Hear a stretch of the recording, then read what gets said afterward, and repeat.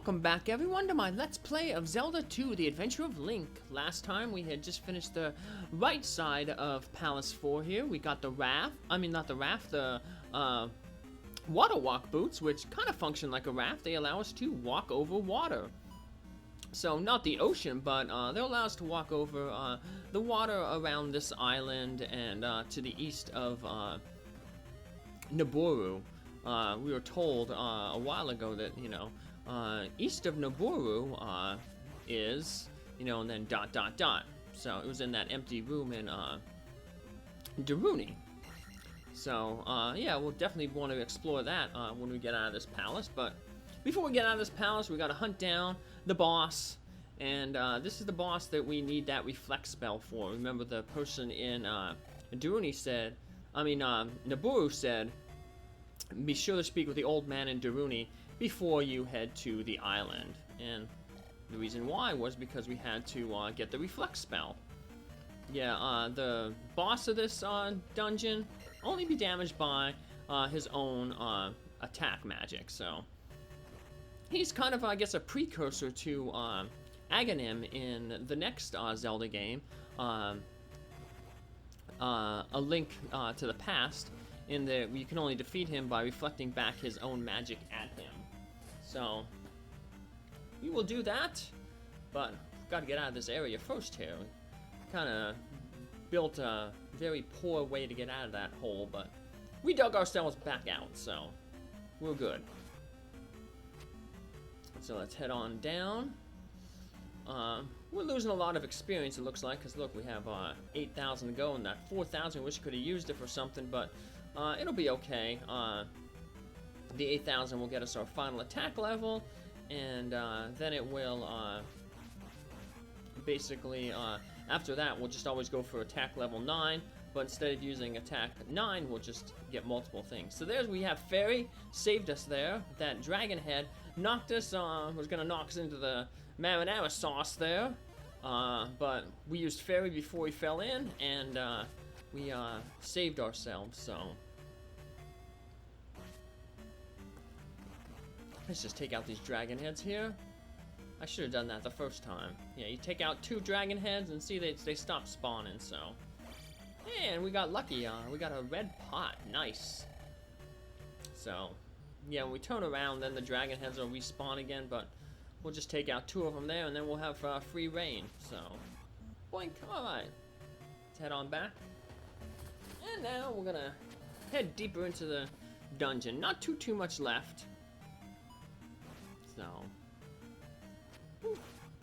these guys can be annoying. Like I said, they're easy to take out, but when they charge at you, and then like if there's a Wizrobe appearing on the other side, you can kind of get blocked. You have to choose whether to get hit by the Jackal enemy or the Wizrobe spell. So, or sometimes you'll be in the middle of attacking one of those Jackal guys, and a Wizrobe will appear on top of you, and you get hit. So it's an interesting combination.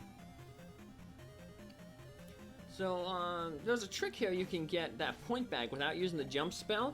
It requires you kind of jumping on this guy, and unfortunately he got stuck there. But if you jump on him, and if he jumps, you'll jump with him, and he can push you up onto that ledge. But unfortunately, as I was falling off of him there, my sword, I guess, entered into his hitbox there under his shield and took him out. So, woo! That guy must have just probably broke his legs falling from a really big height there. And see if Link's like, let's just say 6 foot. That guy probably fell like 24 feet about in heavy armor. Yeah, not good. So here we just want to use our reflect spell, and here's the wizard. We reflect the spells back to him. Best thing to do is, so he doesn't appear behind you, just hide out in the corner and just sit there. Occasionally he'll bump into you, he'll put on top of you, but you just sit here and eventually the reflective spells will take him out. Not too difficult. Speedrunners kind of refer to him as the random number generator boss, because he can be really quick if he shoots spells and appears near the spell, or he can be kind of a joke and be teleporting all over the place and be avoiding the spell, so you can gain time or lose time at him. So, but now look, we have the water walk boots. We can avoid all those battlegrounds. Just walk on the water. You can't walk on all water, but a majority of it you can. So all this water over here we can kind of walk on. And we were told east of Noboru is a secret, so there's that road that leads right into the water. We just follow it. But before we head all the way, right here, at that last part of the sand where it goes up, I'm going to take a quick detour up. And remember someone said there's a heart over the ocean. Well, here it is. Right north of Palace 5, we walk and we get our third heart container. So our life bar and our magic bar are almost filled up, and our attack level is filled up. Attack level 8. So that's the max attack you can get, like I said. It'll give you the option to select attack again, but it won't give you an attack. It just gives you an extra life. If you choose level 9 in any of your stats, it's just an extra life. So the last dungeon was, or palace, keep calling them dungeons, they were dungeons in the last Zelda. The last palace kind of was mainly magical enemies. You had the whiz robes and stuff. This one is more like warrior oriented, so wizards and warriors. Another game I guess I played as a kid, my cousin had it. But my cousin John had it. And anyway, yeah, they're going to be finding more like warriors in this dungeon. Iron knuckles of all different colors, a lot of stalfos enemies, those hammer throwing red demon guys. There are some wizards that appear that are kind of annoying, but for the most part it's kind of physical type enemies. We have to turn around and pick up that key. You had to use fairy to get over that little ledge there, but you have to turn around and get a key, because you can't pick up items as a fairy, so... Or you can't pick up keys as a fairy. You can pick up items like the child, heart containers, magic containers, but anything you have to stab to pick up, well, you can't get it, so... We got these, the blob droppers again. And we get a pea bag, woohoo! This area, in contrast to the last palace, is rich in experience. So, yeah, I like the little juxtaposition there. We had kind of a wizardry, magic-y type palace, which was kind of stingy on experience. And now we have this, like, physical warrior type palace that is full of, you know, fighters and experience. So, these guys are good experience. They're kind of annoying. This is the only, like, wizard that kind of appears. They appear, they shoot fire, and then they disappear. But at attack level 8, they only take 2 hits to take out, and they're a good experience at 200 a pop. And usually each room that has them usually has about 3, so it's pretty much a good way to get about 600 experience per room that they're in. Just that sometimes they don't want to behave, so... Of course, they're not the most annoying enemy that shoots fire at us. No, there'll be spicy chickens in the Great Palace, the final palace, that are way more annoying than those guys. But they have a similar attack pattern. They throw fire at you. So, here we're going to have to use our jump spell. We don't have to use your jump spell, but it'll save some time. We want to wait for the blocks to build up here. And then once we have an opportunity, we can jump up and hopefully not get hit in the head with blocks. Hey, we can use our up stab to block blocks from falling on our head. And then we want to pick up that key. Like I said, we can't use fairy, unfortunately, to pick it up because we need a sword to stab the key to pick it up. So, and fairies, they can't use swords. So, no. But,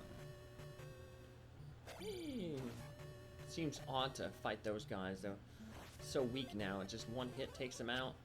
But we'll encounter plenty of their red and blue brethren in this palace.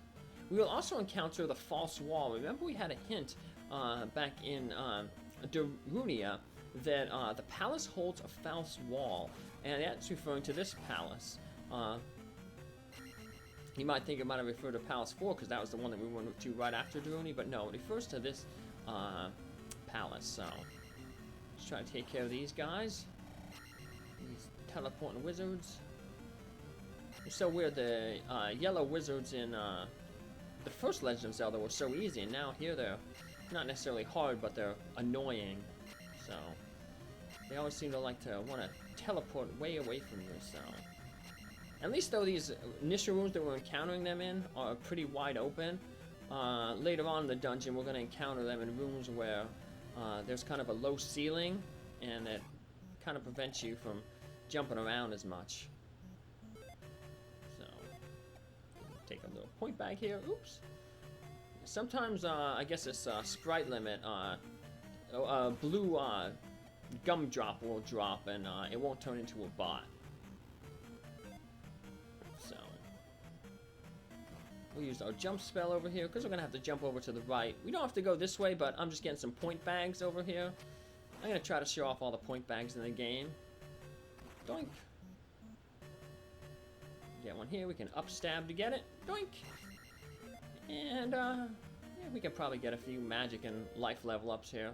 But yeah, see, if we get to the attack level at 9,000, that's worth several life and magic level ups. So we'll be able to get multiple level ups with just from one crystal. If we, you know, max out one stat and then always choose that stat to get the crystal bonus with, so. Yeah, so 2 palaces left to go. If we just go to, you know, we'll be able to max out our stats easily. You know, just always go for the attack level 9, and we'll get 2 stats, life and magic, in both ones, and have experience to spare. So, easy living. But still want to gain some experience here. Sometimes, though, like I said, we can get it at the end of the level, but sometimes you might want to just have experience as a buffer. So, say you're getting low on life in an area, gain a life level if you're close to it, and that'll fill up your life. Remember, every time you get a level, it fills up the respective stat. So, if I got a life level here, I'd get full life again. So you're like, this is weird, why is this guy guarding an empty and dead end? That's because this is the false wall that we were told about. So, take out these guys again. We have to go this false route, because that's going to take us to our item, which is down that area there. But we got to get a key over here first. So we got to go around here, get a key. Come on. Come over here, wizard. We want to take you out. Not for dinner, but for experience points. Woohoo! Alright, here's one of those annoying rooms I was telling you about, where we're going to get wizards spawning. And we have low ceilings to deal with. You can use our upstab to take care of that. So I might clear out some areas here. I don't want to clear out too many, though. At least just in this room. Because one of these areas has a block. It's that one right there that I just broke. I broke it and nothing appeared in it. But you'll notice when I come back this way, if you break that block from the right side, and only the right side, you'll get a red pot. So, and speaking of red pots, we just got one right there. A red pot will always fill your magic up entirely. A red pot gives 128 magic units back, and that is 16 times 8, the max amount. So, where the blue pot only gives 16 magic units left, or one block. So, so let's get that other red pot down here, and we can probably use our life magic to fill ourselves up. Maybe it's the other one. Maybe it's this one. There we go. Okay, was off one tile, but yeah, you have to hit it from the right side, or else that pot won't appear. I don't know why it's programmed like that, but that's just the way it is, so. Alrighty. Alright, another annoying room. If you thought the jackal enemies and annoying wizards were annoying, now we got the floating lion heads and wizards. So, good opportunity to use a shield spell. it will definitely save more than just, you know, life. Because like I said, this is doubling our hit points, basically. Because it doubles our defense. So, probably save us in the long run a life spell use. I like it when the wizards appear right on top of you. Because they can't necessarily hurt you until they're fully materialized. So,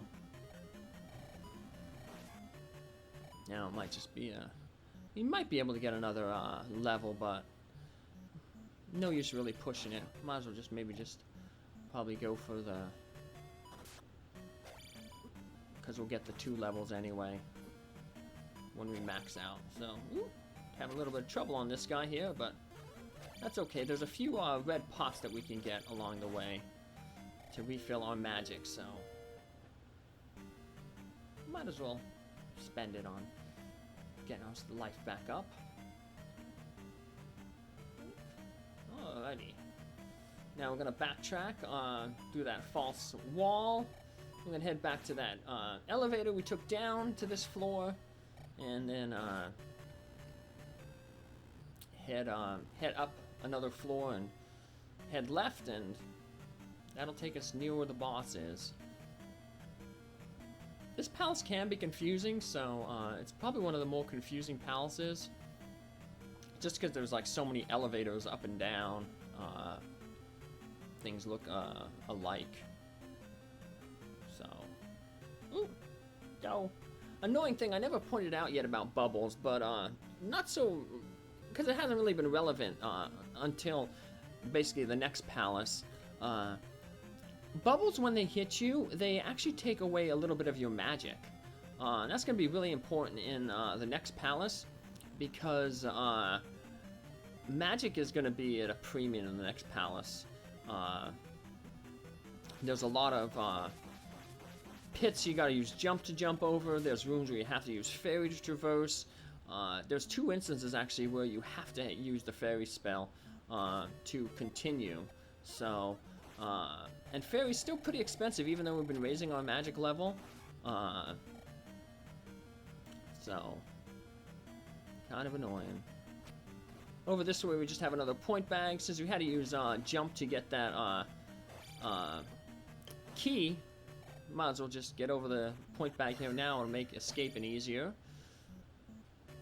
We don't necessarily have to build a little staircase there to get out. And now we're going to head down here. We have 1 more key to get, and then up the elevator and to the right is where the boss is. Speaking of the boss, last area we had the boss was a wizard. So going with the Wizards and Warrior theme, this dungeon's boss is like an ogre that swings a ball and chain. Guma. Surprisingly, or another change from the Japanese version, and this version is the boss in this dungeon in the Japanese version isn't Guma, but is Helmet Head, the same boss from Palace 2. So yeah, they just repeat the boss again from Palace 2, but he's a much bigger pushover because by this point you have so much more stats. You know, your attack is stronger, so you're taking him out in less hits. Your defense is better, so you can sustain more hits. So yeah, they just they basically reused that boss. So it's nice that we got a new boss here in the English version. So we have the room of Iron Knuckles. We get all 3 colors.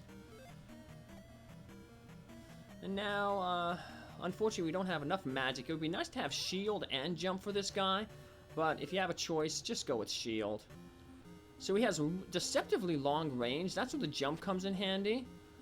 You can jump out of range of his mace. See, yeah, that mace hits you. It has a pretty long reach to it. So the goal is you kind of run in, stab him in the knees, and then the knockback.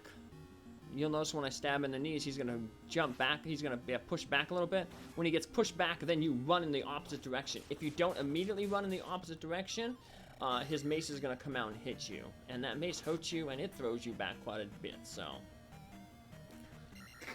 let's put our crystal in palace number 5. Only 1 more to go. But where are we gonna go from here? Well, you have to come watch the next video to find out. Take care. Thanks for following along. Bye.